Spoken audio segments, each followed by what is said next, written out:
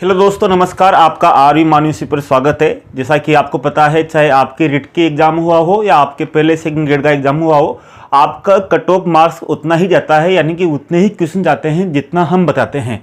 हो सकता है कि हम जो आपको बताए वो आपको पसंद ना आए, लेकिन वास्तविकता यही है। अब जो मैं आपको बताऊंगा वो आपको जनरल कैटेगरी के हिसाब से मानकर चलना है, ना कि आपको ओबीसी, एसटी या फिर आपको ईडब्ल्यूएस मान के चलना है। यानी कि फिर आप बाद में वीडियो देखोगे तो बाद में बोलोगे सर ऐसा तो नहीं हो सकता, लेकिन मैं आपको जनरल कैटेगरी के हिसाब से ही आपको बताता हूँ। तो चलो देखते हैं आज का विश्लेषण क्या है, आपके कितने क्वेश्चन सही होना चाहिए थे, यानी कि पेपर का स्तर कैसा था और कहाँ से कितने कितने क्वेश्चन पूछे गए, उनमें से कितने क्वेश्चन आपके आसानी से आप कर सकते थे। अगर बात करें अर्थव्यवस्था की, तो अर्थव्यवस्था में आपके सेकंड शिफ्ट में हिंदी और अंग्रेजी में 4 क्वेश्चन पूछे गए थे। और जो अर्थव्यवस्था के जो क्वेश्चन पूछे गए बिल्कुल सिंपल थे, इतना हार्ड नहीं थे। जैसा कि आपको पूछा गया, ये जो अब डूइंग बिजनेस की जो रिपोर्ट के अनुसार भारत का निवेश में कितना कौन सी रैंक है, या फिर आपके पूछा गया है कि एफडीआई में भारत का कौन सा स्थान है, ये सब आपको मैंने करवा दिया था, नोट्स में ऐप में दे रखे थे। इसी तरह दुग्ध उत्पादन में कौन सा स्थान था, जैसा जो यूओडीबी थे, यानी कि यूनिट ऑफ बिजनेस थी, उसमें 63वां स्थान था और एफडीआई में 7वां स्थान था भारत का। तो ये आपको पता होगा, लेकिन फिर भी हम मानते हैं कि आपको आंकड़े याद ना हो, तो फिर भी हम मानते हैं कि आपके इसमें 2 क्वेश्चन सही होना चाहिए थे, यानी कि 4 में से 2 क्वेश्चन तो आपके सही होना चाहिए था। इसके बाद में विश्व भूगोल की बात करें तो विश्व भूगोल में भी इतना आसान पेपर था, इतना कठिन नहीं था। जैसा कि ओजोन परत का दिवस कब मनाया जाता है, या जिसे आपके डोल ड्रम पेटी थी 10 डिग्री दक्षिणी अक्षांश से 10 डिग्री उत्तरी अक्षांश में, जहां पर हवा नहीं चलती, क्षैतिज पवन नहीं चलती, तो ये भी बिल्कुल आसान था। जैसे 4 में से आपको 5 में से 4 क्वेश्चन आपको सही होना चाहिए था, यानी कि 2 तो अर्थव्यवस्था में, विश्व भूगोल में आपके 4 क्वेश्चन सही होना चाहिए था। इस भारत के भूगोल की बात करें, भारत के भूगोल का जो था वो थोड़ा हार्ड था पिछले वर्षों की तुलना में। अगर बात करें तो भारत के भूगोल में आपके क्वेश्चन कम हो सकते हैं, यानी कि 7 में से आपके केवल 3 क्वेश्चन ही हम यहाँ मान के चल रहे हैं, यानी कि आपके 7 में से 3 क्वेश्चन सही होना चाहिए था। इसके बाद में भारतीय संविधान की बात करें तो भारतीय संविधान का था, तो भारतीय संविधान में टोटल आपके 14 क्वेश्चन पूछे गए। तो 14 क्वेश्चन में से जैसे आपके राजनीतिक दल वर्ष आए थे तो वो अलग ही थे। तो जैसे एसपी समाजवादी पार्टी की स्थापना कब हुई या एआईएडीएमके की स्थापना कब हुई, तो थोड़ा चैलेंजिंग था, वो अपन को याद नहीं होगा, बहुत से को याद नहीं होगा। इसी तरह आपकी भारतीय परिषद की स्थापना कब हुई, ऐसा सम्मेलन कब हुआ, तो ये आपको याद होगा। फिर भी हम मान के चल रहे हैं कि आपके मोटे तौर पर हमने जो हल किया उसके हिसाब से आपके 13 में से लगभग आपके 14 में से 7 क्वेश्चन तो आपके सही होना ही चाहिए था, आराम से 7 से 8 क्वेश्चनों के बीच में, ठीक है।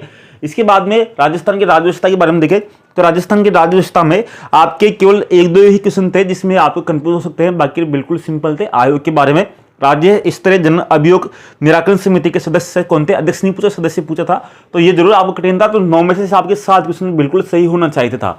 राजस्थान जीके की बात करें, राजस्थान जीके में कुछ उटपटांग 2-3 क्वेश्चन थे, जैसे खंगा, यानी कि मध्यकाल में खंगा क्या था, इसी तरह प्लास्टिक केंद्र कौन सा था।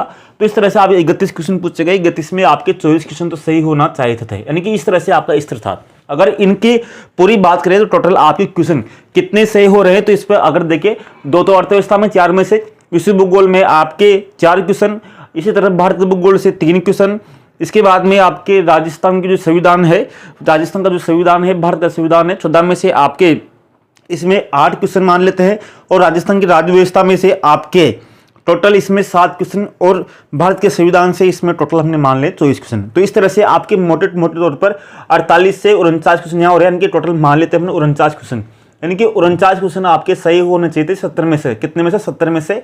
इसके बाद में बात करेंगे अब 49 क्वेश्चनों में से हर एक पार्ट में, जैसे आपके 6 पार्ट है, 1 2 3 4 5 6, तो 6 क्वेश्चन आपके प्रत्येक पार्ट में, क्योंकि मानवीय भूल है, सिंपल क्वेश्चन भी आराम से गलत हो जाते हैं, तो आपके 6 क्वेश्चन और कम कर लीजिए एक पार्ट में से, तो आपके 43 क्वेश्चन बचे, यानी कि आपके 70 में से 43 क्वेश्चन इसमें बचे। और इसमें माइनस मार्किंग करेंगे बात, तो माइनस मार्किंग में से 2 क्वेश्चन 6 के जैसे 7, हर एक में से 6 क्वेश्चन गलत हुए, तो 6 क्वेश्चन गलत हुए, 6 क्वेश्चन के 2 क्वेश्चन और कटेंगे माइनस मार्किंग में।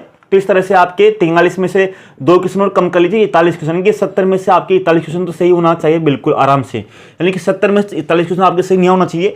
इसके बाद में अब आपके राजस्थान करंट अफेयर शिक्षा मनोविज्ञान को, क्योंकि शिक्षा मनोविज्ञान को मैं नहीं पढ़ा था, आपको मैंने ऐप में पढ़ाया था, पूरी अच्छी तरीके से इसको राजस्थान जीके को पूरी को आपको कंप्लीट कराया था। और राजस्थान करंट अफेयर को भी मुझे उतना नॉलेज नहीं था, क्योंकि जितना नॉलेज आपको होता है उतना नॉलेज मुझे नहीं था। तो 30 क्वेश्चन में से आप कितना कर सकते हो, तो मान लो 30 में से आप 15 क्वेश्चन तो आराम से कर ही सकते हो। कितना? 15 या 15 या 20, ये आपके हिसाब से जो लेना। तो मेरे हिसाब से आपके जो जनरल में था, तो जनरल में आपकी मोटे तौर पर अगर बात करें तो आपका जो स्कोर बैठ रहा है, यानी कि कितना क्वेश्चन आप आराम से कर सकते हो, यानी कि कितनी कट ऑफ इसमें फर्स्ट पेपर के हिसाब से जाना चाहिए था। तो जनरल के हिसाब से इसमें आपकी कट ऑफ 56 से 66 के बीच में बैठ रही है। कितनी? 56 से 66 के बीच में आप क्वेश्चन काट पीट कर आराम से सही कर सकते थे, यानी कि लेवल आपका ये था 56 से 66 क्वेश्चन के बीच में। बाकी ये आपके ऊपर डिपेंड है कि आपने कितना हिसाब से कितने कम गलत किए, कितने कम गलत हुए, आपके ऊपर इसका डिपेंड है। इसी तरह शिक्षा मनोविज्ञान का पेपर कैसा था? हो सकता है कि आपके 30 में से यहाँ पर 20 क्वेश्चन भी सही हो जाते हैं, तो 20 क्वेश्चन सही होने पर आपका 66 से ऊपर स्कोर भी जा सकता था। लेकिन हमारे हिसाब से आपका जो स्कोर है 56 से 66 के बीच में जनरल कैटेगरी में आपका बिल्कुल सेफ है। बाकी जो हम लास्ट में जो आपके लाए कट ऑफ का वीडियो, हिंदी का कितनी कट ऑफ किस किस विषय में किस किस कैटेगरी में, वो 1-2 दिन में आपके अपलोड कर देंगे। तो हमारे हिसाब से आपका इस तरह से था, यानी कि आपके इतने क्वेश्चन तो सही होना ही चाहिए था जनरल कैटेगरी में। बाकी कैटेगरी में विशेष रूप से हम पूछ के, यानी कि हम देखेंगे कितनी आपके पूर्व वर्ष में कितनी गई, कितनी रहना चाहिए, हिंदी का पेपर में आपको कितनी जैसे मार्क्स कितनी रह सकती है। तो दोनों का मिलाकर, जीके का और हिंदी का मिलाकर आपकी कट ऑफ तय करेंगे कि कितनी कट ऑफ आपको टकरा सकती है। बाकी आपका पेपर सिंपल था, इतना हार्ड भी नहीं था, वो आपके ऊपर था। आपने जितने कम गलती किए होंगे उतना ही आपके लिए अच्छा रहा होगा, और जितने क्वेश्चन जो आपने बिल्कुल भी नहीं पढ़े, उनको आपने टच नहीं किया होगा, उतना ही आपके लिए बेस्ट रहा होगा। धन्यवाद, नमस्कार, जय हिंद दोस्तों।